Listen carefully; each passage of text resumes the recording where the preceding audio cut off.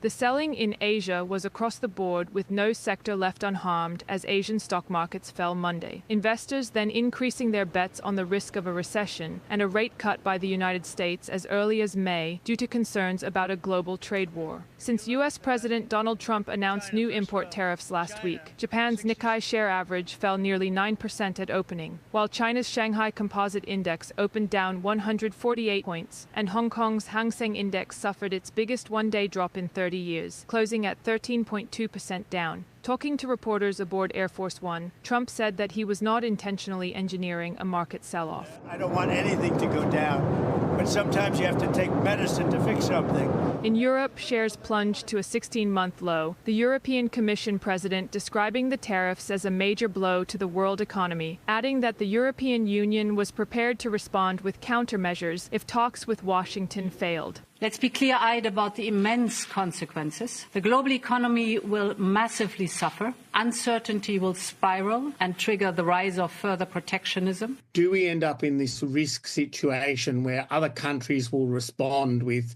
tit-for-tat style retaliation? Do you have a setting where particular countries will reach out and try and negotiate deals? Speaking of negotiation, Israeli Prime Minister Benjamin Netanyahu met U.S. Commerce Secretary Howard Lutnick in Washington, D.C. on Sunday as Israeli goods now face a 17% U.S. tariff under the decisive new policy, despite Jerusalem's action a day earlier to lift all remaining duties on U.S. imports in a last-minute attempt to preempt the move. Netanyahu stated on Sunday that he hopes Trump will lower tariffs on Israel at their meeting on Monday, given the U.S. is Israel's biggest trading partner and closest ally. What are you and Prime Minister Netanyahu going to speak about tomorrow?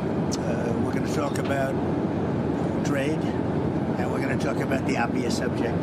You know what the obvious subject is. Do you have any news for us on the obvious subject? I'm trying to do trade just to keep it down. No, look, there's a lot of things going on with the Middle East right now that have to be silenced. As trillions of dollars have been wiped off stocks worldwide and more than 50 countries reach out to the president to begin negotiations, the Israeli Prime Minister will be the first leader to meet with Trump since last week's announcement.